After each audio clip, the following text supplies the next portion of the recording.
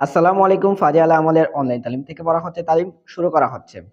হেকাতে সাহাবা থেকে বলা হচ্ছে ১০।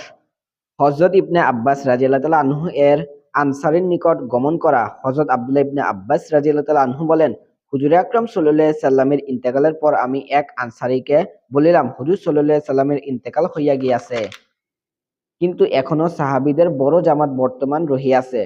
চলুন আমরা তাহাদের নিকট জিজ্ঞাসা করিয়া মাসআলাসমূহ মুখস্থ করিয়া লই। উক্ত আনসারী বলিলেন, সাহাবাদের জামাত বর্তমান থাকিতে লোকেরা কি তোমার নিকট মাসালা জিজ্ঞাসা করিতে আসিবে? যাহা হোক, তিনি হিম্মত করিলেন না। আমি মাসালা সঙ্গের পিছনে লাগিয়া গেলাম। যাহার সম্বন্ধে শুনিতে পাইতাম যে তিনি হুজুর সাল্লাল্লাহু আলাইহি সাল্লামের নিকট হইতে অমুক হাদিস শুনিয়াছেন, তাহার নিকট যাইয়া উহা অনুসন্ধান করিতাম। এইভাবে মাসালার বিরাট এক ভাণ্ডার আনসারীদের নিকট হইতে পাইলাম। কাহারো কাছে যাইয়া দেখিতাম তিনি ঘুমাইয়া আছেন, তখন চাদর বিছাইয়া তাহার দরজার সামনে বসিয়া অপেক্ষা করিতে থাকিতাম। বাতাসের কারণে মুখের শরীরে ধুলাবালি উড়িয়া আসিয়া পড়িত, কিন্তু আমি সেখানে বসিয়াই থাকিতাম। যখন তিনি জাগ্রত হইতেন, তখন যাহা জিজ্ঞাসা করার তাহা জিজ্ঞাসা করিতাম। তাহারা বলিলেন, তুমি হুজুর সাল্লাল্লাহু আলাইহি সাল্লামের চাচাতো ভাই হইয়া কেন এত কষ্ট করিলে? আমাকে ডাকিলেই পারিতে। কিন্তু আমি বলিলাম, আমি এলেম শিক্ষার্থী, অতএব উপস্থিত হওয়ার বেশি উপযুক্ত ছিলাম। কেউ জিজ্ঞাসা করিলেন, তুমি কতক্ষণ যাবৎ বসিয়া আছো? আমি বলিলাম, দীর্ঘক্ষণ যাবৎ। তিনি বলিলেন, ইহা ভালো করো নাই, আমাদেরকে জানাইলে না কেন? আমি বলিলাম, আমার কাছে ইহা ভালো মনে হয় নাই যে আমার কারণে আপনি নিজ প্রয়োজন হইতে অবসর হওয়ার পূর্বেই আসিয়া যাইবেন। অবশেষে একদিন এমন এক সময় আসিল যে লোকেরা আমার নিকট এলেম হাসিল করার উদ্দেশ্যে জমা হইতে লাগিল। তখন ওই আনসারী ব্যক্তিও আফসোস হইল, বলিল, এই ছেলেটি আমাদের চাইতে অধিক বুদ্ধিমান ছিল। ফায়দা ইহাই ছিল ওই বস্তু যাহা হযরত ইবনে আব্বাস রাদিয়াল্লাহু তাআলা আনহুকে তাহার যুগে হিব্রুল উম্মাহ অর্থাৎ শ্রেষ্ঠ আলেম ও বাহরুল এলেম অর্থাৎ এলেমের সাগর উপাধিতে ভূষিত করিয়াছিল। ইন্তেকালের সময় তিনি তায়েফে ছিলেন। হযরত আলী রাদিয়াল্লাহু তাআলা আনহু এর পুত্র মুহাম্মদ রাহমাতুল্লাহ আলাইহি তাহার জানাজার নামাজ পড়াইলেন এবং বলিলেন, আজ এই উম্মতের ইমামে রাব্বানী বিদায় হইয়া গেলেন।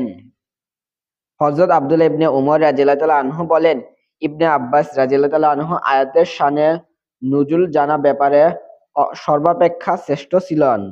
হযরত উমর রাদিয়াল্লাহু তাআলা আনহু তাহাকে আলেমগণের শ্রেষ্ঠ কাতারে স্থান দিলেন। এইসব তাহার সেই কঠোর পরিশ্রম ও সাধনারই ফল ছিল।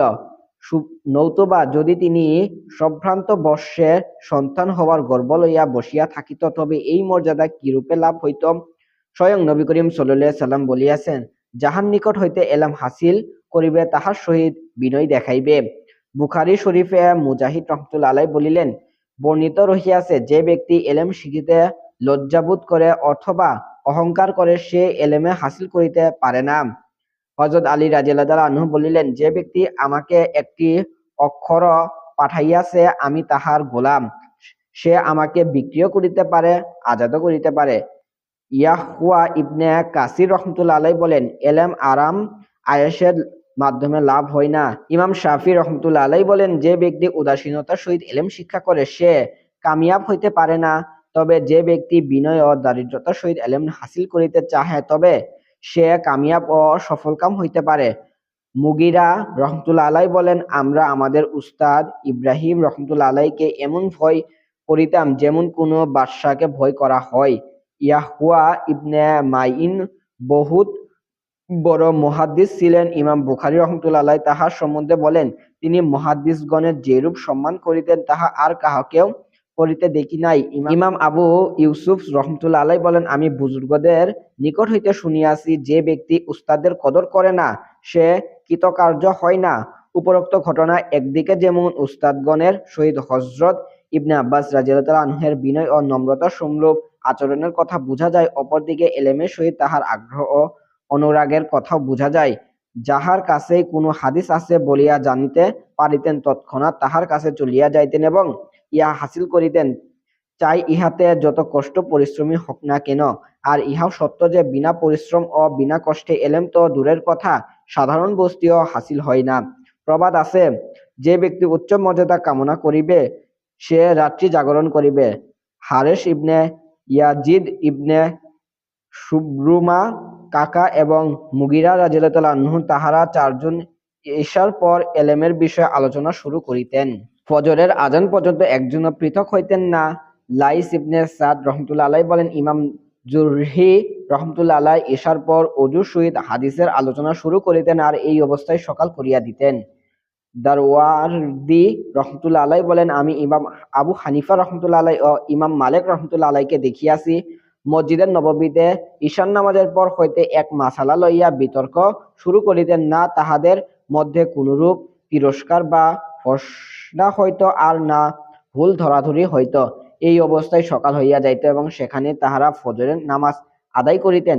ইবনে ফুরাদ বাগদাদি একজন মুহাদ্দিস ইন্তেকালের সময় 18 সিন্দুক কিতাব রাখিয়া গিয়াছেন, তার মধ্যে অধিকাংশই তাহার নিজ হাতে লেখা ছিল। আর তাহার কৃতিত্ব এই যে মুহাদ্দিসগণের নিকট বর্তমান বিশুদ্ধতা হিসাবে তাহার লিখিত বিষয়গুলি নির্ভরযোগ্য ও প্রমাণ সংগ্রহ বিবেচিত হইয়াছে। ইবনে জাউজি রহমতুল্লাহ আলাইহি বিখ্যাত মুহাদ্দিস ছিলেন। 3 বছর বয়সে তাহার পিতা মারা যান। এতিম অবস্থায় লালিত পালিত হন। তিনি এত মেহনত করিতেন যে জুমার নামাজ ব্যতীত বাড়ি হইতে দূরে যাইতেন না। একবার মিম্বারের উপর দাঁড়াইয়া বলিলেন, আমি এই আঙ্গুলির সাহায্যে 2000 কিতাব খণ্ডন লিখিয়াছি। তাহার সঞ্চরিত কিতাব ছিল 250 উপর। কথিত আছে যে তাহার সামান্য সময় নষ্ট হইত না। দৈনিক 4 অংশ করিয়া লেখার নিয়ম ছিল। তাহার মজলিসে কখনো 1 লক্ষেরও অধিক শাগির্দ অংশগ্রহণ করিত। রাজা, বাদশাহ ও মন্ত্রীরাও তাহার দরসে বসিতেন। স্বয়ং ইবনে জাউজি রহমতুল্লাহ আলাইহি বলেন, 1 লক্ষ লোক আমার হাতে বয়াত হইয়াছে এবং 20,000 লোক আমার হাতে ইসলাম গ্রহণ করিয়াছে। এতদ সত্ত্বেও সেই যুগে শিয়াদের প্রভাব থাকার কারণে দরুন তাহাকে যথেষ্ট নির্যাতন ভোগ করিতে হইয়াছে। তাজকেরা হাদিস লেখার সময় কলম কুচি জমা করিয়া রাখিতেন। মৃত্যুকালে ওসিয়ত করিয়া গিয়াছিলেন যে আমার গোসলের পানি যেন উহা দ্বারা গরম করা হয়। বর্ণিত আছে, এইগুলি দ্বারা গোসলের পানি গরম করার পর কিছু অবশিষ্ট রহিয়া গিয়াছিল। ইয়াহওয়া ইবনে মাইন রহমতুল্লাহ আলাইহি হাদিসের বিখ্যাত উস্তাদ ছিলেন। তিনি বলেন, আমি নিজ হাতে 10 লক্ষ হাদিস লিখিয়াছি। ইবনে জারির তবরি রহমতুল্লাহ আলাইহি প্রসিদ্ধ ঐতিহাসিক ছিলেন। তিনি সাহাবায়ে একরাম তাবেঈনগণের জীবনী সম্বন্ধে অভিজ্ঞ ছিলেন। 40 বছর পর্যন্ত দৈনিক 40 পৃষ্ঠার করিয়া অভ্যাস ছিল। তাহার ইন্তেকালের পর শাগির্দগণ প্রতিদিন লিখার হিসাব করিয়া দেখিলেন যে বালেগ হওয়ার পর হইতে মৃত্যু পর্যন্ত গণে দৈনিক তাহার লেখা 14 পৃষ্ঠার করিয়া হয়। তাহার ইতিহাস সুপ্রসিদ্ধ ও সর্বত্র পাওয়া যায়।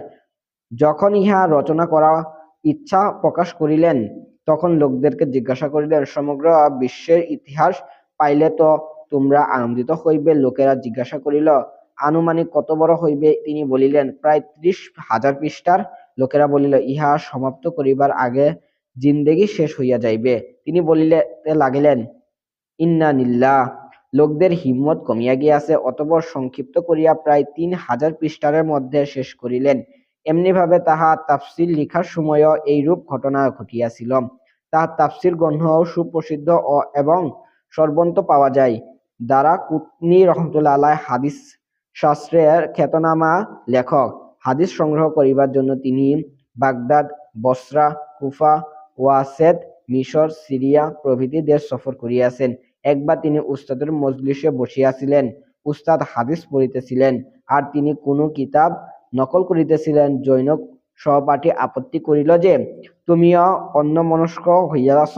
তিনি বলিলেন, আমার আর তোমাদের মনোযোগের মধ্যে পার্থক্য রহিয়াছে। বলো তো উস্তাদ এই পর্যন্ত কয়টি হাদিস শুনাইছেন?